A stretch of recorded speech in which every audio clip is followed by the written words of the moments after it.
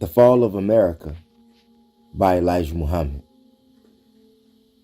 The following are excerpts from a speech he delivered before a gathering of well over 10,000 people at Uline Arena, Washington, D.C., Sunday, May 29, 1959. My people and I are here to fulfill a promise made long ago. I am here to bring you the truth. I am here with a solution to the problems of the so-called Negro and his white slave masters. You are seeking something. You are seeking an answer to find your 400-year-old problem of slavery, servitude, and filth, class citizenship. I am here with a solution to that problem. How good is it then for black brothers of like minds and similar burdens to get together for a spiritual feast? For more than 400 years, your pleas for justice, freedom, equality, a decent place in the sun have reverberated like thunderclaps sounding in the dark valleys of Lebanon. Yet there has been no answer. Never in the history of human evil have so many asked for a just pittance, so loud, so long, and received in return so little, if anything at all. The church has failed you. Christianity has failed you. The government of America has failed you. You have not received justice from any quarter. As prophesied, you, my fellow black men, are as sheep among wolves, and, as is to be expected, every wolf is taking a bite at you. You approach the Senate, the House, the White House, and you ask for justice. You get injustice. All of our prayers have come to nothing because we have proceeded out of ignorance. We have not known the true God. We have not known who our brothers are. We have not known who our enemies are. We have not known who God is, nor have we known who is the devil.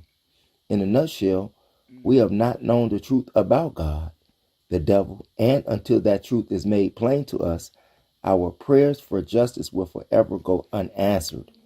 We will be the subject of scorn and laughter. By now, it should ever be so clear that politics will no more solve our problem than it did the difficulties facing Israel during her bondage in Egypt. We have come to the brink of extinction. We must now and here make an agonizing reappraisal of our way of life if we are to care anything for ourselves, our lives, our people, our race, the future of our properties, wives, and children. Justice is a common thing, yet it is elusive. Men have sought its meaning and substance since time began. Plato swerved that justice was nothing more than a wish of the strongest members of society. Jesus equated justice with brotherhood. Shakespeare saw it as a matter of mercy. I am here to tell you that justice is the eventual working out of the will of God, as indicated in the fundamental principles of truth. Justice is the anesthetic of wrong, the weapon of God will use to bring judgment upon the world, the purpose and consummation of his coming.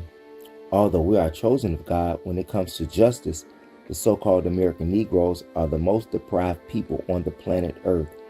Had justice prevailed, there would be no need for a day of judgment to come today, to plead not to the unjust judges of the world, but to the just judge to give the black man of America justice.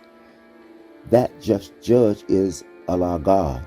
We have come to the end of the days of the unjust judges.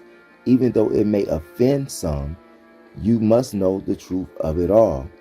The truth hurts the guilty. According to the sayings of Jesus, the truth will make you free. The imperative need is for a clear-cut definition of that truth that will make us free. We must distinguish between the truth and the false of the so-called truths that have been handed down to us from generations by our slave masters. We have been falsely taught that the truth was the matter of Jesus' birth and death. It has been taught, and this is also false, that the truth is the revelation of Christianity. Neither of these is the truth.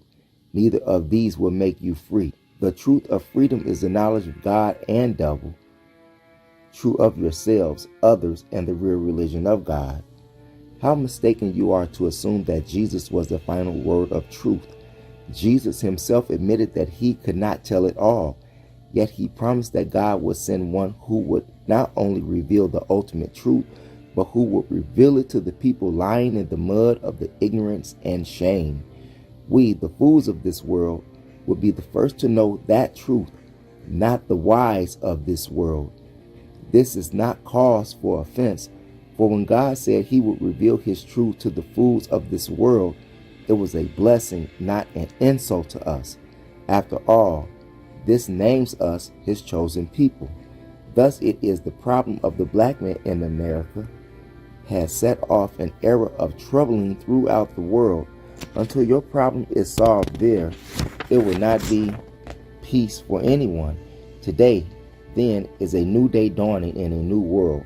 For the old day and the old world have passed away. The new day, the new world, if you please, cannot come into full meaning until justice come into our people. The burden is not our oppressors alone. Much of it is upon us. The time has come when we must speak or die. Our leaders or so-called leaders are choked by fear. Such as leader is not worth the salt that leavens his bread. This fear is the root of their failure to tell you the truth. Now this truth must come out. You have misunderstood the Bible. Christianity is a white man's religion, and it contains no salvation for the black man. For this very reason, the prayers of your preachers to the government, the Father, the Son, and the Holy Ghost have fallen on deaf ears.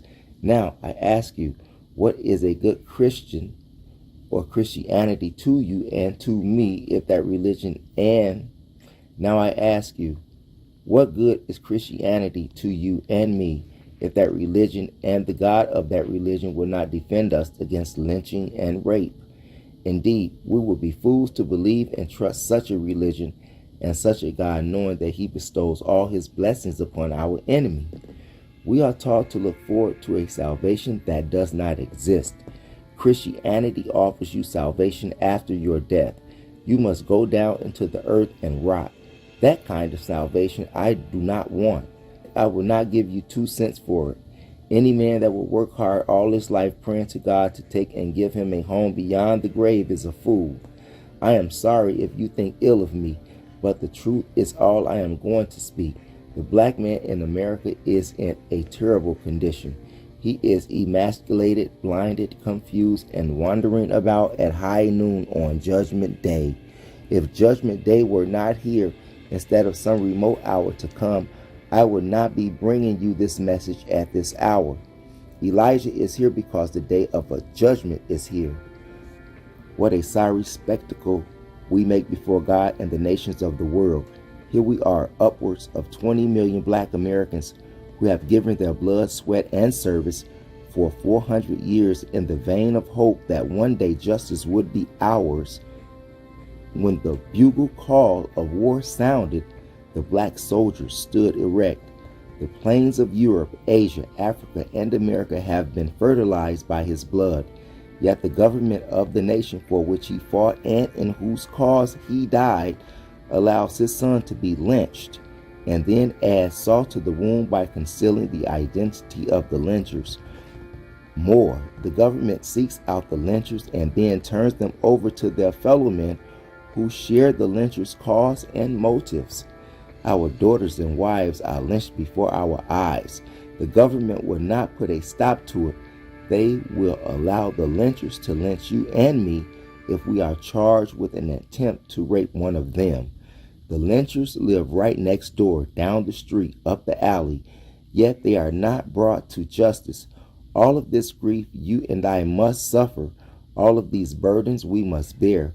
It is beyond comprehension that the American government, mistress of the seas, lord of the air, conqueror of outer space, squire of the land, and prowler of the deep bottoms of the oceans, is unable to defend us from assault, rape, and murder on the streets of these concrete jungles.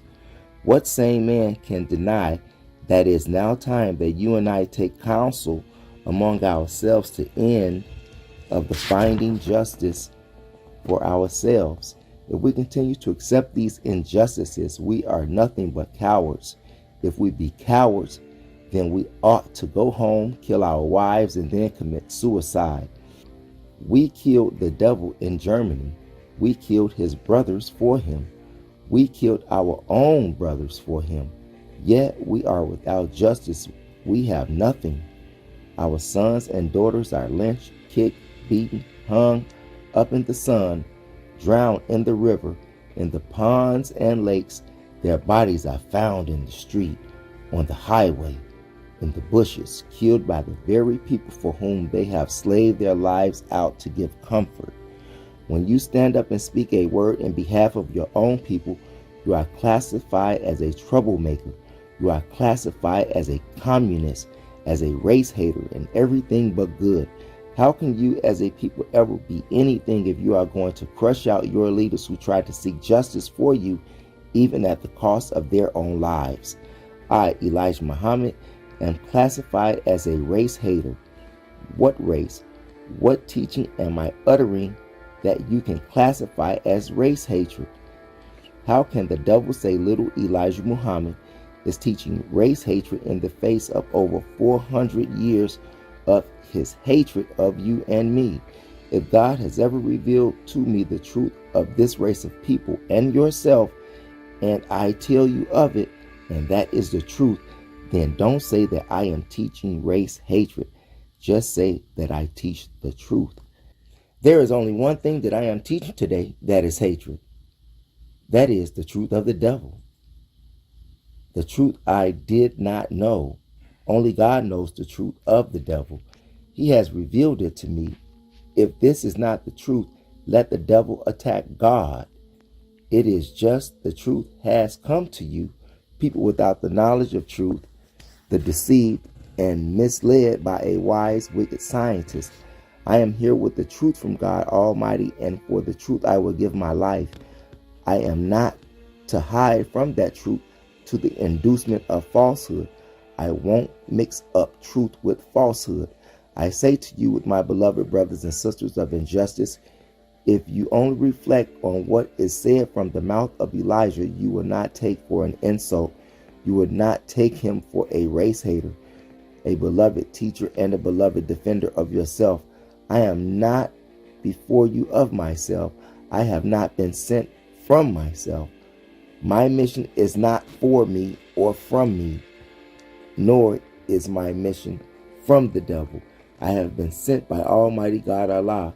It is a very strong and powerful mission that will bring a turning point in the history of the world at the large, the black man in particular. The truth will make you free. What is that truth that will set us free? You say, we are already free. Abraham Lincoln freed us.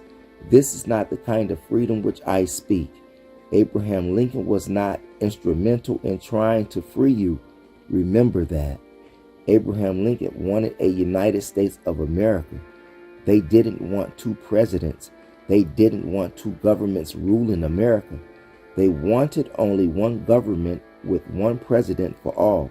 It was not that they were so full of love for the so-called Negroes that he wanted to be free them from the hands of his brother, but this was a good weapon to bring his brother into submission to his idea of a United States and one president of the United States. So therefore, you were just lucky that you got freed from servitude and slavery at that time. Otherwise, you would probably still have been in servitude and slavery today. You say you love Lincoln. You love him because he freed us. He is your emancipator. I say to you, my beloved brothers and sisters, Mr. Lincoln was not your brother. He was not your friend any more than George Washington. Now we are 100 years up from slavery. Many of you feel proud that you have been schooled. You have a few diplomas and degrees. You can do little things educationally, but that does not get you justice in America. You still suffer injustice with an armful of diplomas and degrees from colleges and universities. Is that right?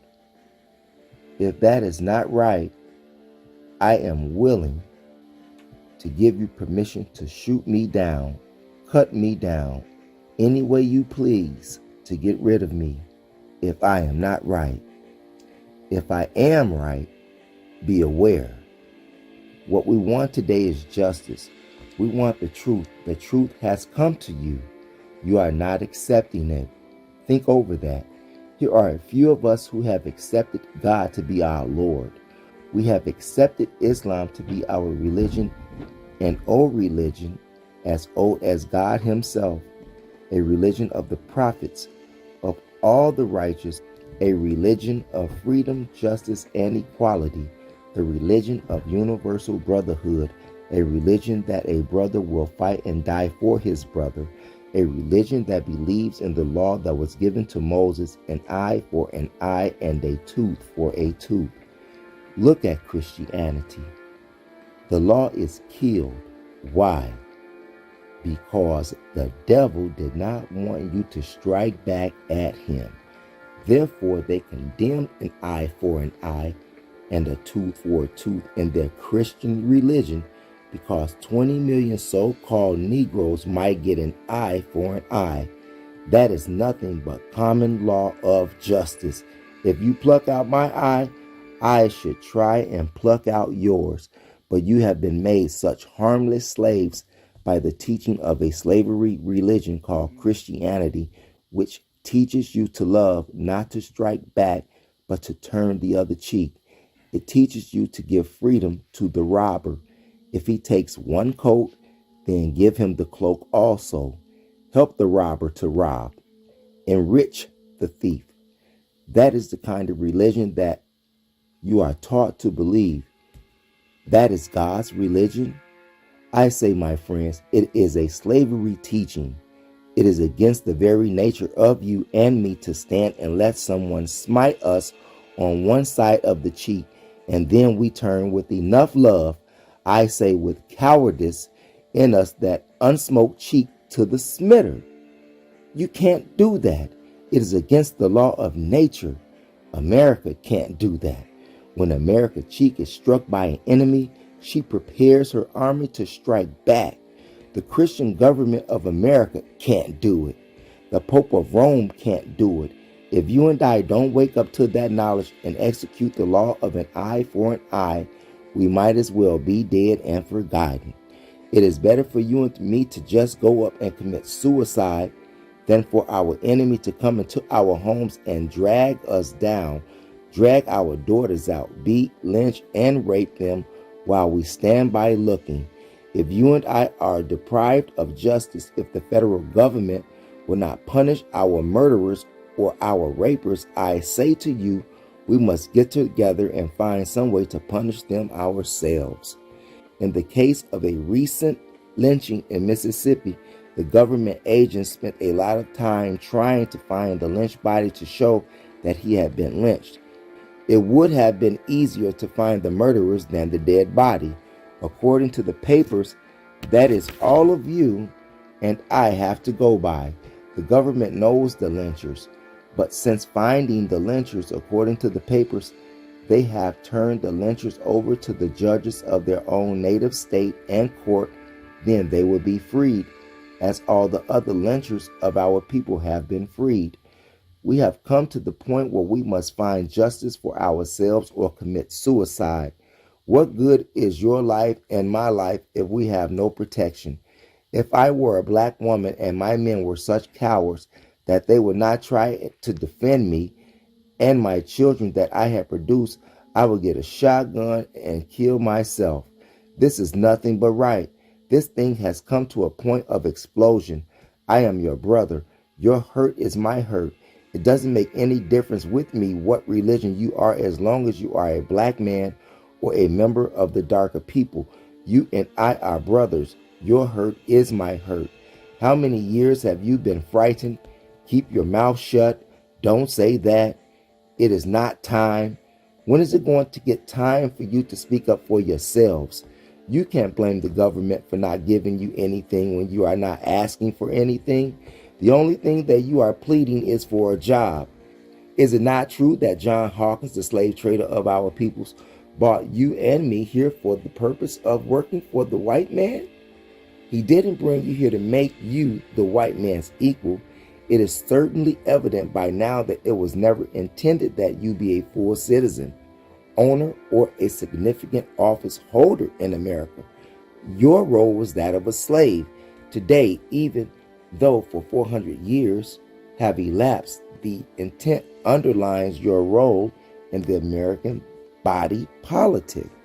How pathetic a sight many of us make as we boast of our meager education and the attainment of a measure of economic growth.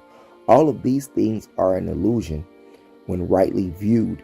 Your education has been designed by your oppressors with the specific intent of keeping you in servitude.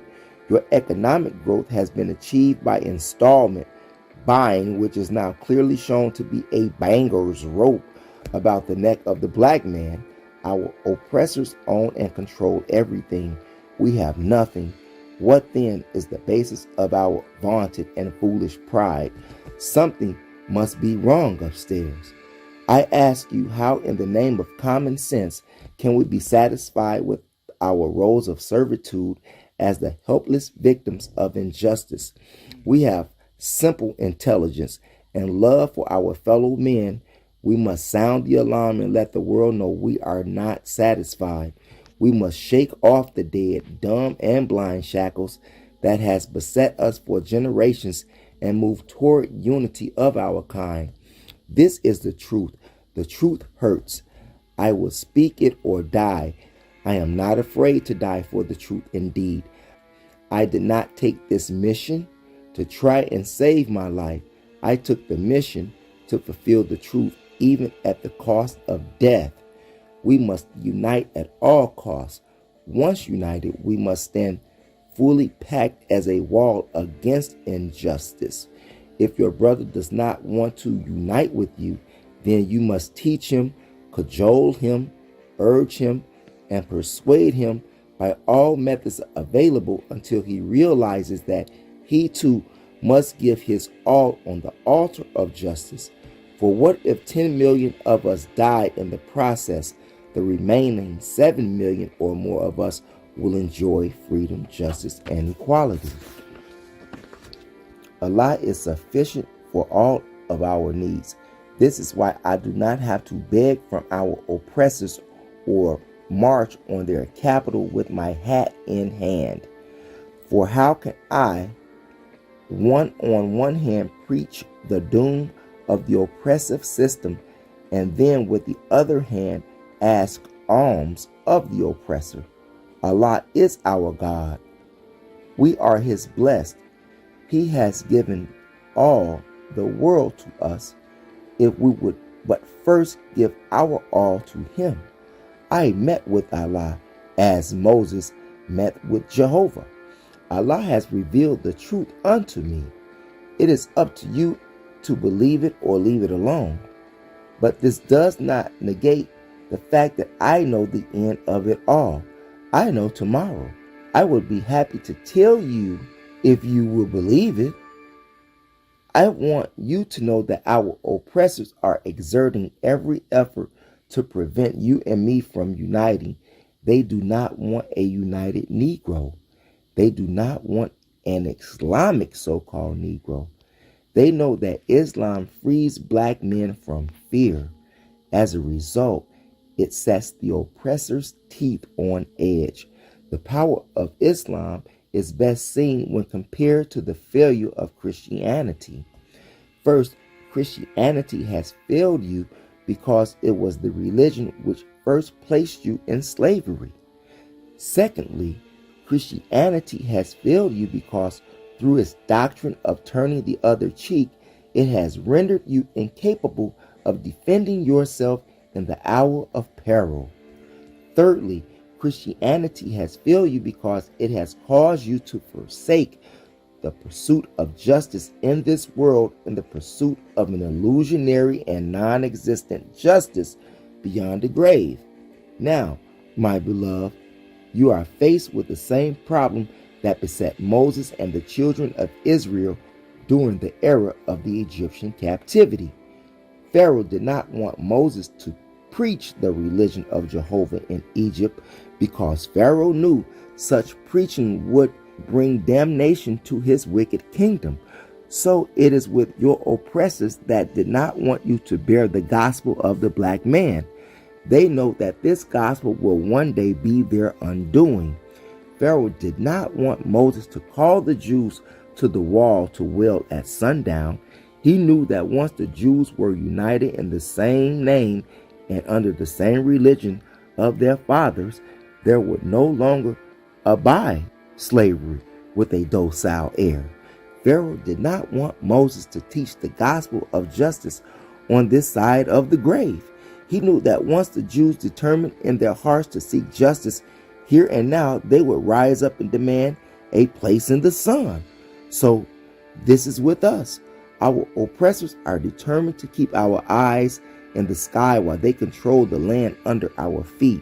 They are determined to bog us down in the impractical ethic of turning the other cheek, the better that they may smite our cheeks and rob our pockets.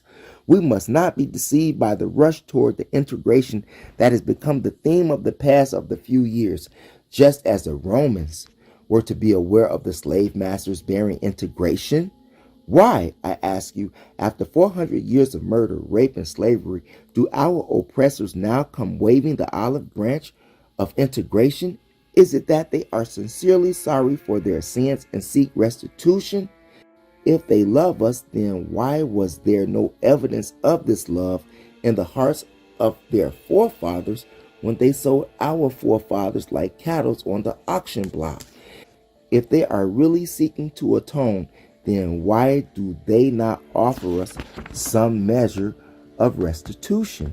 An area of this country we can call our own, to the sons and daughters of the embattled. They are not come to this hour because they love us, nor is integration a sign that they are sorry for their sins. The blunt fact is, our oppressors see fire coming. They see the handwriting on the wall and know what it means. They would have you believe that the days ahead hold glory for the Christian world. My beloved, I, Elijah Muhammad, who must speak if it kills me and who will die rather than lie, tell you this. I know tomorrow. I know the end of it all. Tomorrow is not heaven for the Christian world. Tomorrow is hell for the Christian world.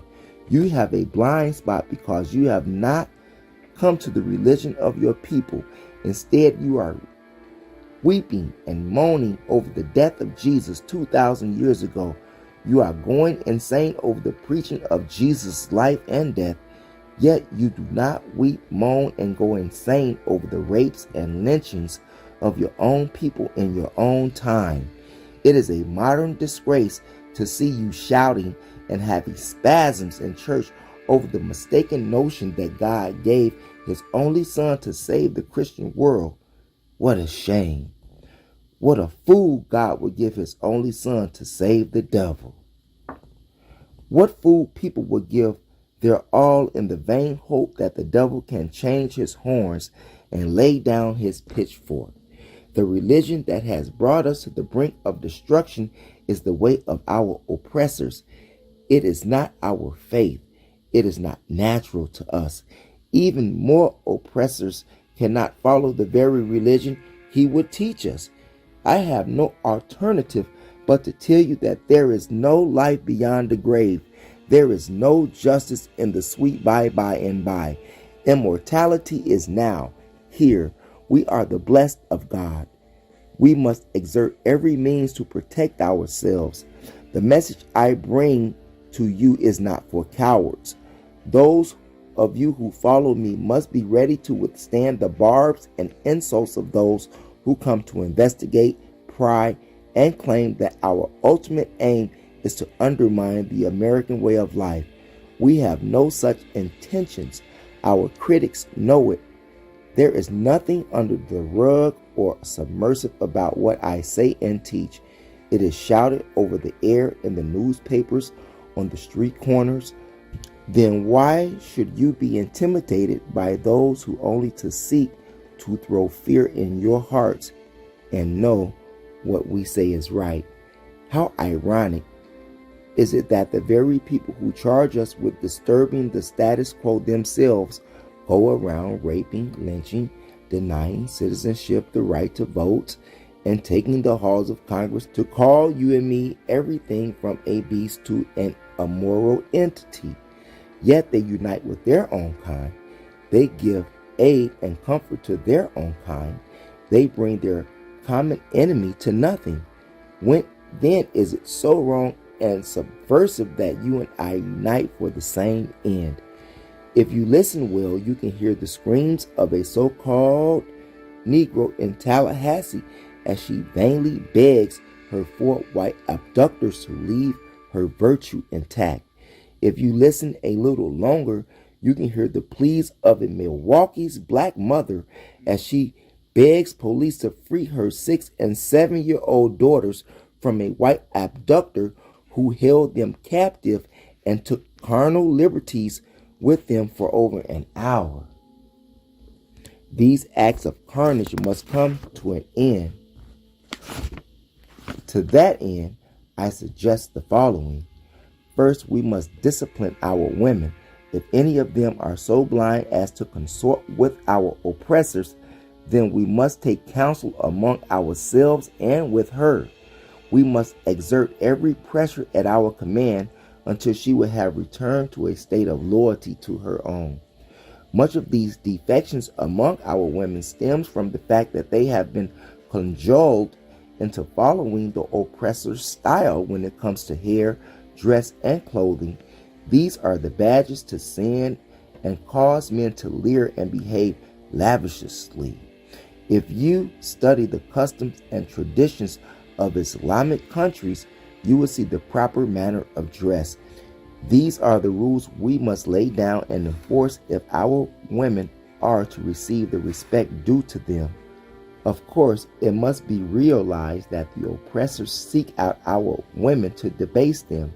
There is no real love and affection in his heart for them or us.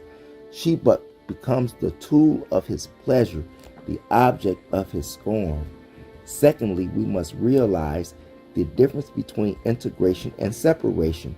To integrate with evil is to be destroyed with evil. What we want, indeed, justice for us, is to be set apart. We want and must insist upon an area in this land that we can call our own, somewhere we can hold our heads with pride and dignity without the continuous harassments and indignities of our oppressors. Thirdly, we must realize that whereas the black man in Africa is our brother, our central responsibility is with the black man here in the wilderness of North America. For us to expend our energies pleading for the cause of Africa is like a blind man pleading that his fellow blind man be given eyes while he continues to stumble into darkness. The solution to all these problems lies in a clear-cut understanding of the truth. I have come to bring you that truth. Now I spell it out that even the children among you may know the nature of tomorrow. First of all, you must know the truth about God and the devil. We, the black men, are of God. Our oppressors, whoever they may be, are of the devil. Their nature is evil. They are incapable of doing good. Secondly, I must tell you the truth about the day of judgment. You have been taught that the one day that the dead in God shall rise again. You have taken that to mean that the people will get up from the graveyard and walk about. That is such nonsense. Properly read, the resurrection means that we, the black men of North America, will rise from mental death, realize who we are, discover who God is, name the devil for the beast that he is, then, like Joseph, go on to become master in the land wherein once you were a slave. The dawn of a new day. America's burden in trying to protect herself from the attacking nations of the world is tremendous, one that she will not be able to carry. Therefore, she must succumb to the powerful forces that are coming against her. The fall of a nation makes way for another. As the earth continues, all nations and their civilizations are limited upon it, except the original nation, which takes on renewals and changes. Though in appearance America seems steadfast, she is moving towards an ultimate end. One great problem to be solved in the fall of America is the liberation of the so-called American Negro, the lost and found people of the original black nation of the earth. They have been here for 4 centuries, mistreated and brought into a state of corruption and shame. They are now being helped, although they are as blind mentally as someone is physically, in all preparation of the divine supreme being and the nation of righteousness to remove the enemy of God and the righteous from the earth. The poor so-called American Negro cannot see it. In the South, we saw Reverend Martin Luther King Jr., a graduate of theology, as I am told, on his knees begging the divinely condemned people, the white race, for brotherhood. You, the so-called Negroes, are too spiritually and mentally blind to see. Your heart is too hard against receiving the truth, and your ears are too thoroughly closed to the truth that God, Allah, has said the white race is a race of devils, created to be destroyed. This truth is verified in the Bible and the Holy Quran. Hundreds and thousands of preachers tremble at the thought of even accepting the truth and wish to take their followers into the fall of America. This is the problem to be solved. If it is to be solved, then how shall it be solved? And what is the best method to use in the solution? It must be a solution that touches not only the enemy, but those who cleave to him while defying the wraths of Almighty Allah God. It is incumbent, says the Holy Quran, that Allah give his life to the mentally dead so-called Negro. It is also made incumbent that the Bible, where Ezekiel declares in his vision that all of the dry bones were resurrected. This does not refer so much to the word, because the word has no effect on their resurrection. It literally took something more effective than the word, the winds that the prophets were to prophesy to represent wars, which will eventually bring harm and suffering to the rebellious rejectors of the truth. Salvation must come to the so-called Negro. Everyone's eyes should be open. The time of the ending of this world is now, and not yet to come, as you so foolishly think. Study your own Bible. It is there. The end is predicted and hinted in many places. Daniel in the Bible, however, gives you a better knowledge of it than any other places.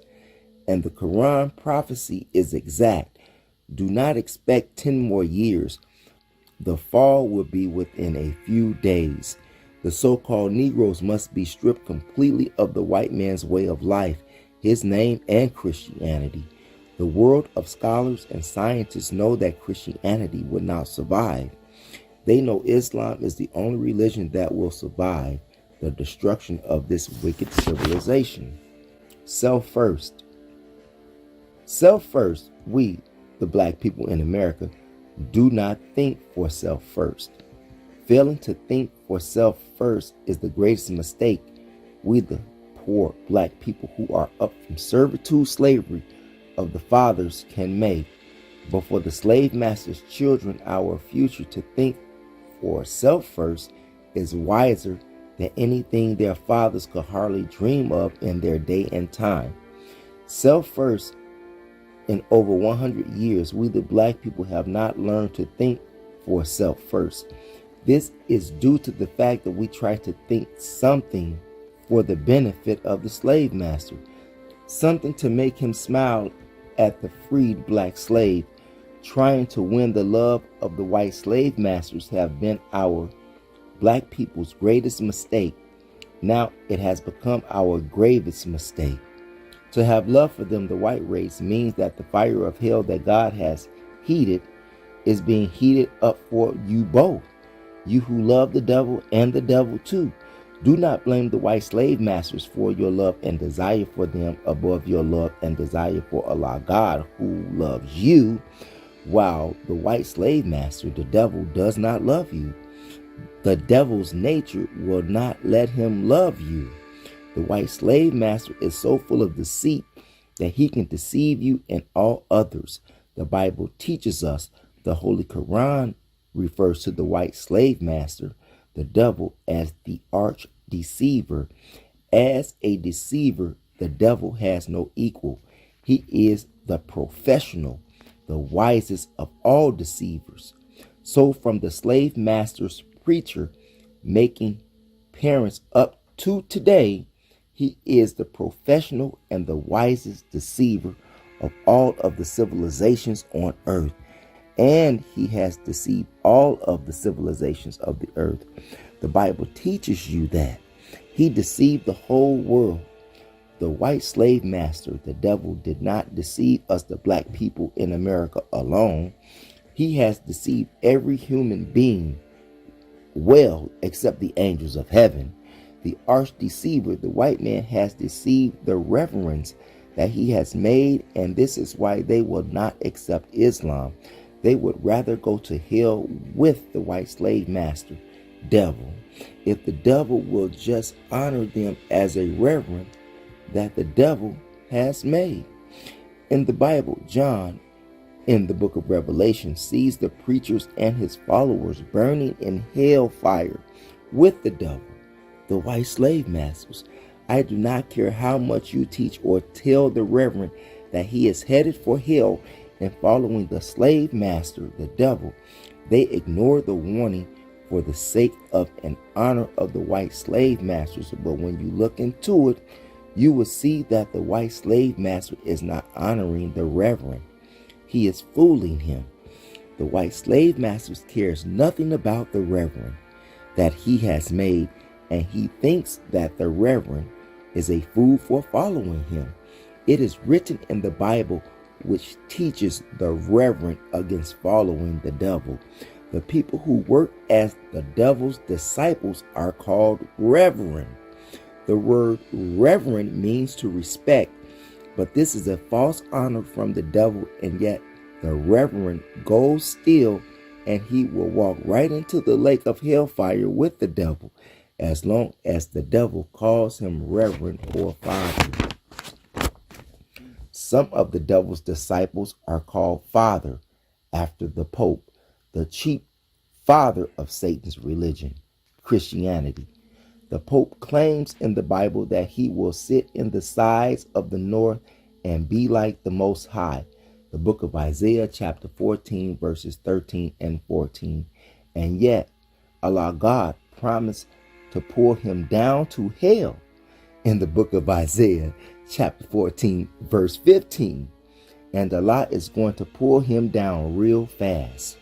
The Vatican, the home of the Pope, has gotten one of the worst beatings with plagues, snow, ice, and enemies. The worst beatings that you ever could have imagined coming to the head of the church. This shows that Allah God, the supreme being, does not respect Rome and its father, whom they call the Pope. The Vatican, if it were a holy place, we would not expect to suffer the curse of nature.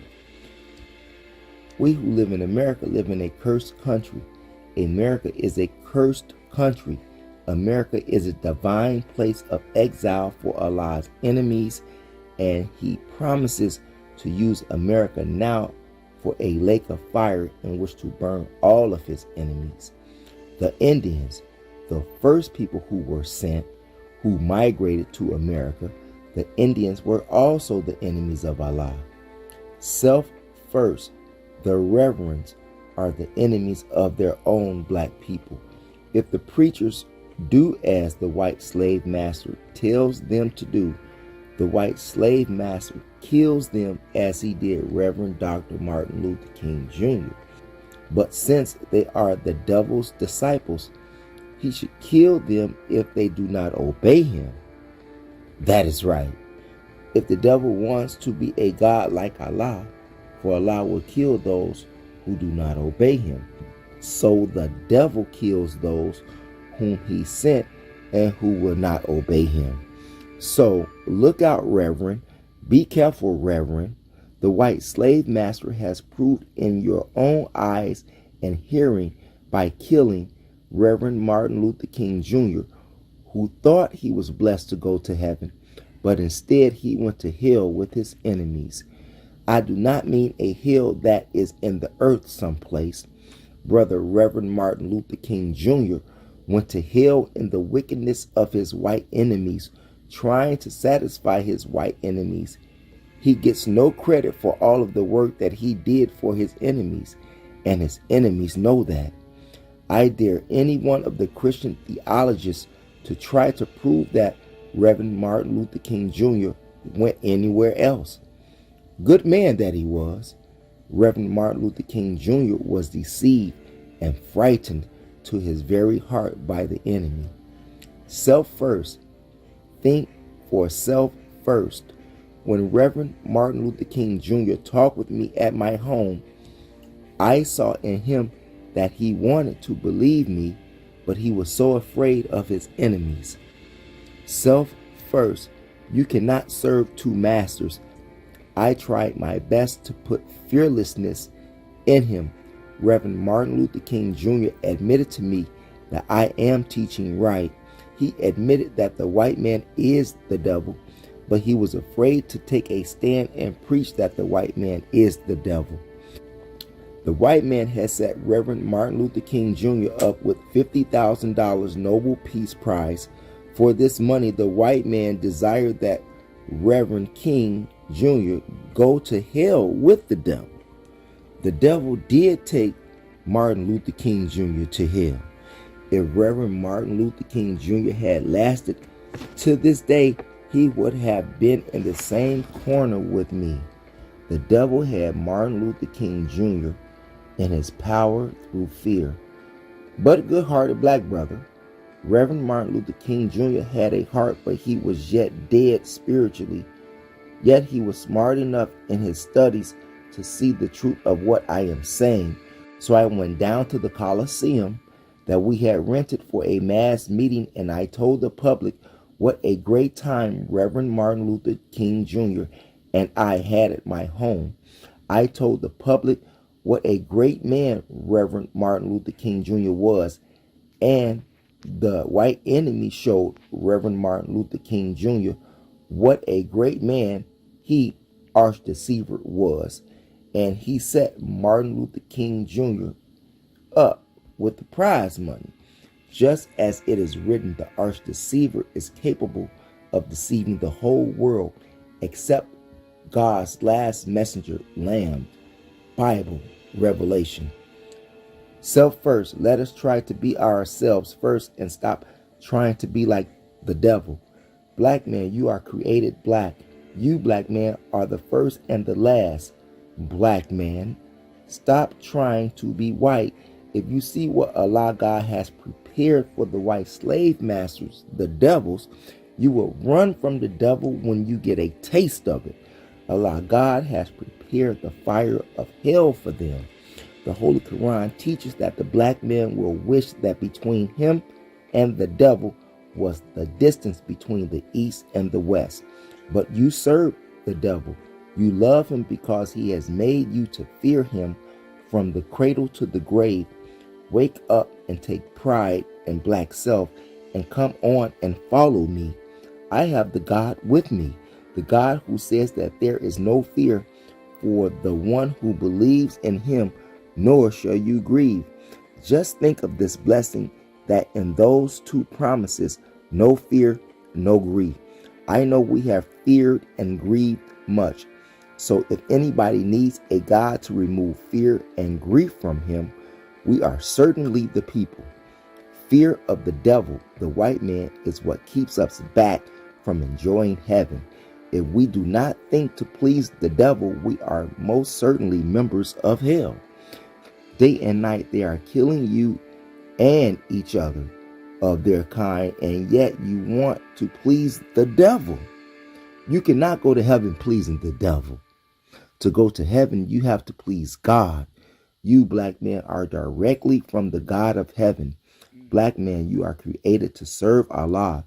You are not created to serve the devil. Come and follow me, and there will be no more fear for you, nor shall you grieve. We the Muslims fear none but Allah. If anybody needs the fear removed from him, it is the frightened to death black man in America. Self first. The black man, for the first time since he has been in the Western Hemisphere, is accepting himself as a black man and not as a colored man. Although the black man has been colored, now the black man has learned that the coloring was false and that the coloring came from a robber, the devil. After he, the devil himself, had put our black fathers asleep to the knowledge of their black selves, the white man pretty nearly destroyed all of the original color of us, and he has added in his own color. Never have we, the black man, been so happy to be called black. And the book, the Bible, teaches us that God will come one day and God will choose us, the black people, to be his people. We do not know anything about the false color part that God has in mind to remove from us. But now God is here among us, and he is teaching us the knowledge of our color. And we love our own black color. And now we have learned that the color of our enemy has almost destroyed our original black. We are now waking up to the knowledge that the black is the first color and the last color, if there be a last. And now that we have learned that black is a better color, we want to be black. You just do not have a better color than black. Black looks good all the time. The beautiful part of black is that we love black. Since we now have the knowledge of the two colors, black and the false color, we are separating the original color from the false color so that we can preserve our own black color forever.